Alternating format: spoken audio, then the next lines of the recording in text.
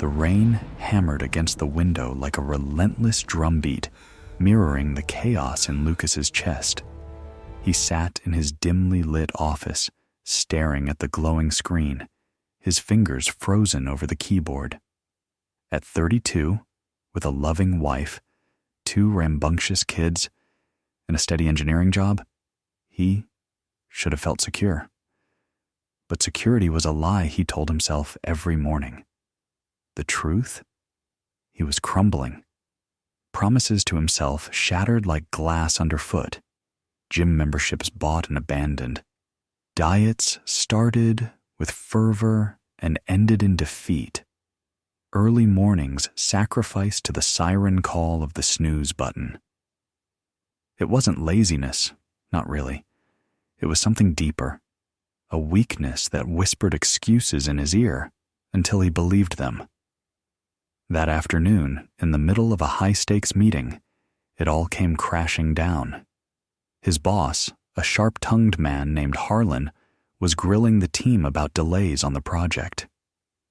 Lucas felt the familiar tightness in his throat, the sweat beading on his palms. The room spun, his heart pounded like it was trying to escape his ribcage. He bolted from the conference room, gasping for air in the hallway, convinced he was dying. The doctor later called it a panic attack, stress, anxiety, a nervous system on overdrive. Your mind can't tell the difference between real danger and everyday discomfort, the doc said, his voice calm and clinical. You need to train it, like you train a muscle. Those words lingered as Lucas drove home through the storm, the wipers slashing futilely at the downpour. He spent that night scouring the internet, desperate for answers. Books on mindfulness, podcasts on resilience, articles on Stoicism. They all blurred together until one name cut through the noise: Miyamoto Musashi, a samurai from 400 years ago, in Japan's turbulent Tokugawa era, who'd fought over 60 duels starting at age 13 and never lost a single one. Not the strongest, not the fastest, but unbreakable. His mind knew no hesitation, his body no limits. Before his death, he'd poured his wisdom into Go-Rin no Sho, the Book of 5 Rings, a manual not just for swordplay, but for waging war on life's battles. Lucas ordered the book that night, his hands still trembling. As he waited for it to arrive, he couldn't shake the image of Musashi, a lone warrior facing death without flinching. What price had he paid for that invincibility? And could a guy like Lucas, buried in suburbia, ever touch it? The catch, as he soon learned, was that Musashi's path wasn't about building strength through motivation or gadgets. It was about ruthless elimination, stripping away everything that held you back, dependencies, fears, excuses. Remove them, and what remained was pure, terrifying potential. Chapter 1. The Awakening. The book arrived 2 days later, its worn cover promising secrets from a bygone era. Lucas cracked it open after the kids were in bed, his wife Sarah curled up on the couch with a glass of wine, oblivious to the storm brewing inside him. As he read, Musashi's words leaped off the page like a challenge. Have no preferences. Do not depend on any particular weapon. It seemed contradictory at first. How could you master anything without favoring tools or conditions? But Musashi explained it with brutal clarity. True strength thrived in chaos, not comfort. If your discipline relied on perfect sleep, quiet spaces, or fancy equipment, you were already defeated. The enemy, be it a rival samurai or life's endless hurdles, didn't wait for you to be ready. Lucas saw himself in the mirror of those words. His life was a web of dependencies. He could only work productively in his quiet office cubicle, only exercise if he'd had a full night's rest, only eat healthy if Sarah prepped the meals. Even his role as a father was passive. When the kids acted out, he'd defer to her, avoiding the discomfort of discipline. "I'm just tired," he'd say. But it was a lie. He was weak, reacting to life instead of shaping it. That night, he lay awake, replaying the panic attack, the humiliation in front of Harlan, the concerned glances from colleagues. Sarah had held him when he got home, her arms warm and reassuring, but he felt like a fraud. "I need to change," he whispered to the dark ceiling. The next morning, he started small, inspired by Musashi's adaptability. No more waiting for the gym. Push-ups, simple, equipment-free, doable anywhere. 20 a day, no excuses. In the kitchen before breakfast, in the office parking lot, even in a hotel if work travel called. The floor was his dojo, his body the sword. The first week flew by. He felt a spark of pride as his arms burned less each time. But by week 2, doubt crept in. His shoulders ached from poor form, work piled up, and the kids' endless energy drained him. One evening, after a grueling day, he slumped on the couch, tempted to skip. Sarah noticed, her brow furrowing. "You okay? You look exhausted." He nodded, but inside, Musashi's voice echoed. Practice must continue, regardless of circumstances. He dropped to the floor, grunting through the set. Sarah watched, a mix of amusement and concern in her eyes. "What's gotten into you?" she asked. He just smiled, wiping sweat from his brow. "Trying to be unbreakable." Week 3 brought a work trip to Chicago, delayed flights, jet lag, a stuffy hotel room. In the past, he'd have used it as an out. But now? He did his push-ups on the scratchy carpet, the hum of the air conditioner his only companion. Week 4 hit harder. A flu bug from the kids left him feverish, body aching like it had been pummeled. 10 push-ups instead of 20, then 5 the next day, but never 0. Each rep was a victory over the old Lucas, the one who'd fold at the first sign of resistance. As his body adapted, so did his resolve. He began weaving Musashi's lessons into daily life. When traffic snarled on the commute, instead of cursing, he'd breathe deeply, observing the frustration without feeding it. At work, during tense emails from Harlan, he'd pause, eliminating the knee-jerk panic. Sarah noticed the shift first. One night, as they washed dishes together, she turned to him. "You're different, calmer. I like it." He pulled her close, feeling a warmth he hadn't in years. But this was just the beginning. Chapter 2. The Principle of Elimination. 40 days in, push-ups had become automatic, like brushing his teeth. But Lucas's mind was still a battlefield, worries about bills, fears of failing as a provider, anxiety gnawing at the edges of every decision. He dove deeper into Go-Rin no-show, uncovering Heijoshin, the everyday mind, unchanging amid chaos. Musashi described it as the calm of sipping tea, even with a blade at your throat. No excitement, no fear, just presence. How? By training not to react, not suppressing emotions, but observing them like clouds passing in the sky. Lucas tested it in the crucible of daily life. Stuck in rush-hour gridlock, heart racing, he'd note, "My grip on the wheel is tight, breath shallow, stomach knotted. No judgment, no spiral. Just watch." At first, it was agony. His body screamed for release, to honk or swear, but he held firm. The breakthrough came in a team meeting. Harlan exploded over a missed deadline, his face red, voice booming. "What the hell were you thinking, Lucas? This is amateur hour." The old him would have shrunk, stammered apologies, sweat pouring. Now he felt the surge, pulse quickening, cheeks flushing. But he observed fear rising, throat dry. Then calmly, "You're right, Harlan. I dropped the ball. Here's how I'll fix it."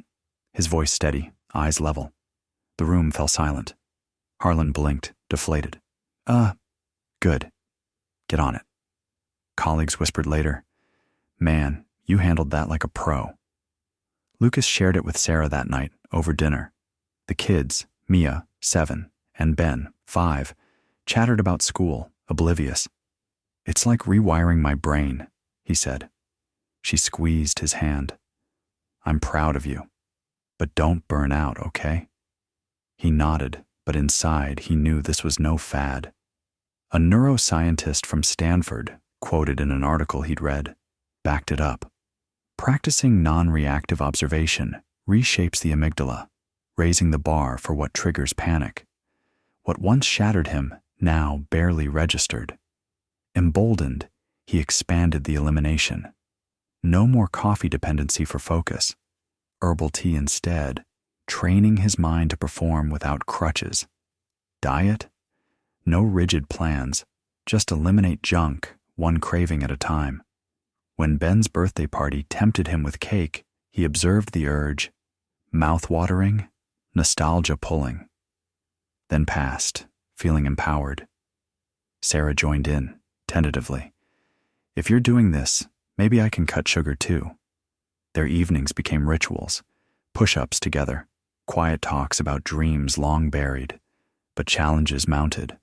A family crisis. Sarah's mom fell ill, requiring weekend drives to the hospital. Exhaustion hit hard.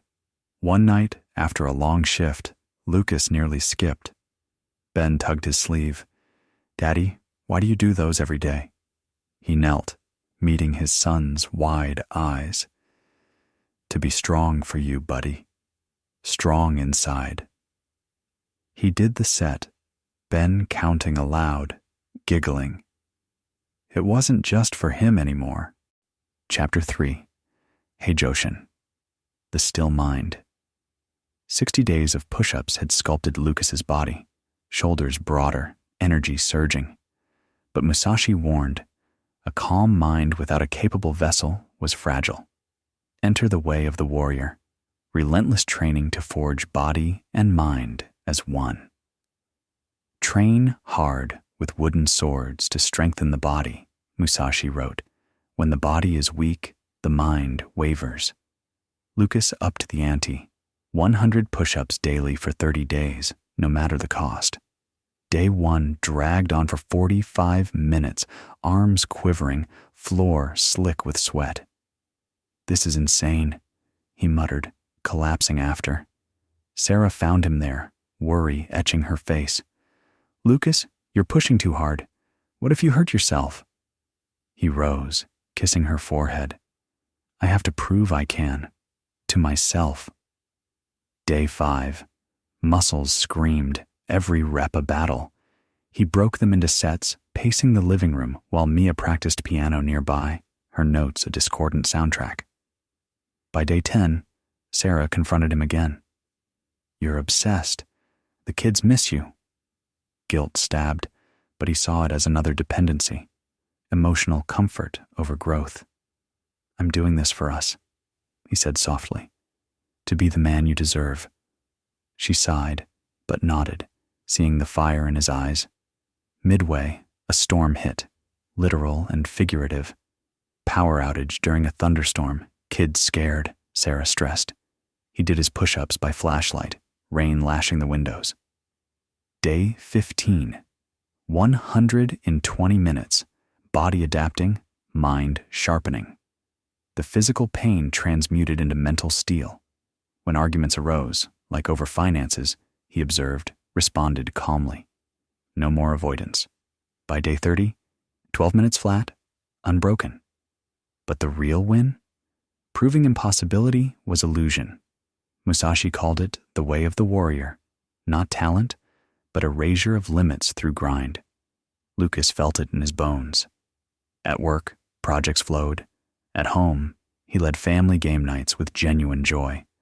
Ben mimicked his push-ups, beaming. "Like you, Daddy." Tears pricked Lucas's eyes. This was legacy. Chapter 4.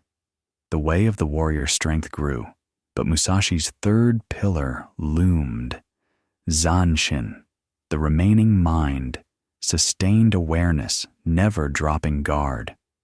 The battle doesn't end when the enemy falls, he wrote. Lucas lived the opposite. Finish a task, zone out, hit a goal, slack off. He practiced post-action presence. After push-ups, stand 30 seconds, breathing deeply, integrating the effort. After meetings, sit a minute, reflecting. Small, but transformative. Lesson stuck, awareness sharpened. 90 days in, changes rippled outward. Colleagues noted, "You're unflappable now." Sarah, intimate. "You're present, Lucas. Really here." He held her tighter, whispering, "I love you." Intimacy deepened, barriers crumbling. But Zanshin extended to family. When Mia threw a tantrum over homework, he observed her frustration, guided calmly. No yelling, just presence. Ben's nightmares? He sat bedside, breathing with him until calm returned. Fatherhood became his dojo. Chapter 5. Zanshin, Permanent Consciousness Day. 105. The axe fell. Emergency meeting. Company downsizing. "You're out in 30 days, Harlan said, avoiding eye contact. Shock hit, but Lucas observed. Chest tight, mind racing. Then stillness. "Understood. Timeline?" Harlan faltered. 30 days. Sorry." Back at his desk, colleagues buzzed in panic. Calls home, tears. Lucas, calm action. Updated resume, networked, interviewed. By day 23, 3 offers. He picked the best, 40% raise. Others lagged, paralyzed by fear. This was Heijoshin. The immovable mind, roots deep like a tree in wind. A sports psychologist's words echoed.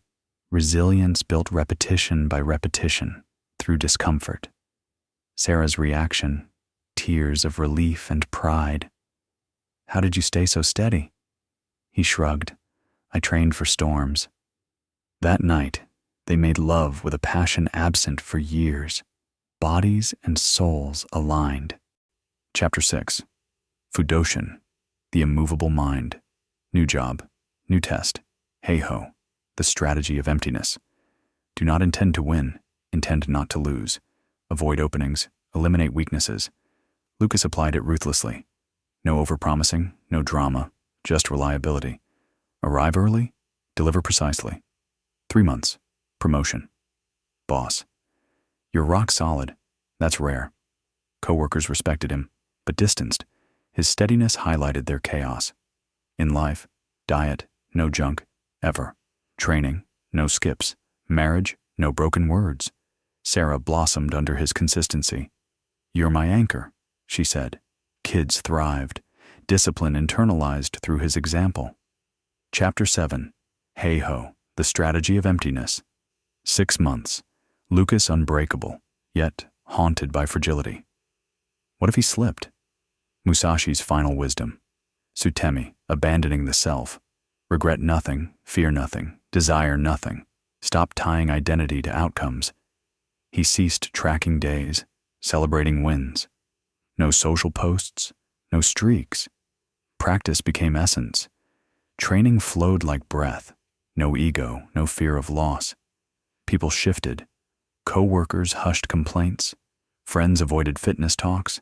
Family teased his seriousness. He was a mirror, reflecting their untapped potential, and it stung. One evening, Sarah confessed, "Sometimes you scare me, Lucas. You're so intense." He held her. Not intense, just free. She nodded, understanding dawning. Chapter 8. Sutemi, abandoning the self. A year later, Lucas embodied Kenzen Ichi-nyo, sword and zen as one. No separation, discipline was him. People asked, "How so disciplined?" "I eliminated the parts that weren't," he'd say. Musashi died at 62, alone in a cave, penniless but masterful. "I regret nothing." Lucas felt it too. No fears, no hesitations. At a family picnic, watching Mia and Ben play, Sarah leaned in. "You've changed us all," he smiled. "We all have the potential." This level terrified because it revealed truth. Strength isn't added, it's unearthed by stripping illusions. Most choose comfort. But Lucas? He chose capability, and in that choice, found freedom. The rain had stopped long ago.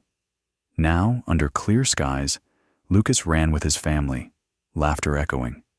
Invincible not by luck, but by elimination. Why aren't you doing it? The knowledge is here. The potential? Yours. The question, will you pay the price?